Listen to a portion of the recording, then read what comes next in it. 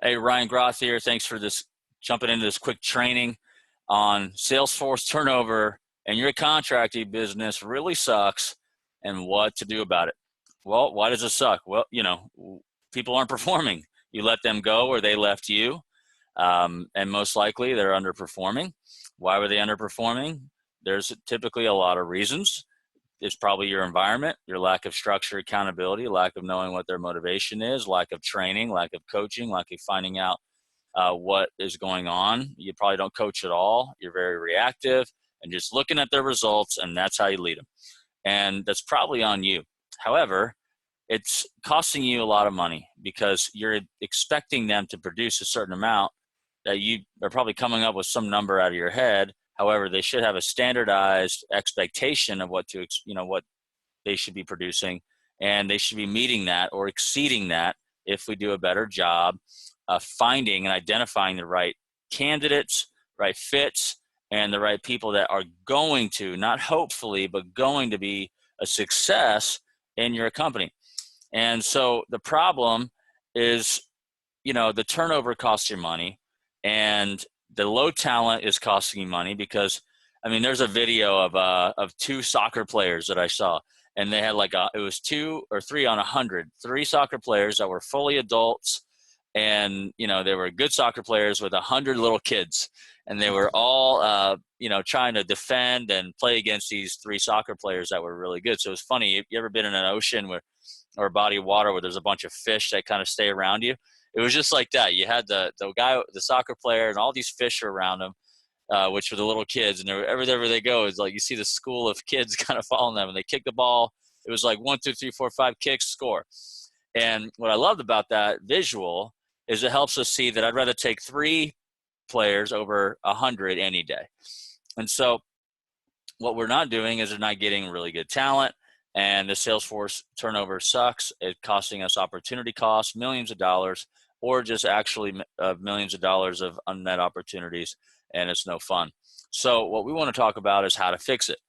And so I have some steps that can help you with that. And first is, what's success look like for the role? I could tell you that in commercial roofing, and depending on the size of your market and how your current service repair sales are and your current sales number of accounts you have, there should be a certain threshold of what an entry-level person just starting out should be able to expect, or people who are managing certain house accounts. And you got to be able to take into consideration, what does success look like? If I am a baseball player and I send my son and I'm going to go put him on the adult league, and as a 5-year-old, he's going to do terribly, right? Like, he's not going to be successful. But if I define success at his level for the role, and he starts to meet that, then he's going to be able to exceed that. So really, we have to have a healthy understanding of what that looks like, so that we as leaders aren't pissed off all the time that they're not doing well, or we're excited when they are doing well because we've kind of created a framework around that. So we need to define success, and we need to make sure that we have some kind of a proof or a history that somebody's done it before. And if nobody has, then you know what? You should do it. You should, as an owner, as a leader, should demonstrate what is possible for you and create a path for what's possible for somebody else. To tell you, the 4-minute mile was cracked by a lot more people once it got done once, right? So it's really good to lead by example. And then I would say remove the emotion and use a proven candidate assessment for selling. Once we define the role, we should be using a professional program to help us identify what a really good fit looks like, if they're a good fit, if they're worthy of consideration, if they're not recommended. And from that, we should say, all right, I got the emotion out of it. My best friend should be great for me. I've known him he's an old buddy. You got all these different reasons why he should be great. And reality is, he's probably not, or she's probably not. So use something that takes the emotion out of it. Let's see if I can, there you go, create a little space for this last one. Okay. Then use a proven interviewing process. You should find yourself not just saying, here's the resume, forget the resume. No, you should be like, all right, what's on here? Proven successful track record of hitting quota. Okay. What's that? What was your quota? How did you get there? Was there anybody else on the team? Were you the only person on the team? How many units did you sell? What were their average deal size? you should be picking that thing apart and finding, like you're trying to take all the meat off of that chicken on that rotisserie, and you're just getting every single thing, and you got to dig in there and find it, because it may just be a bunch of junk.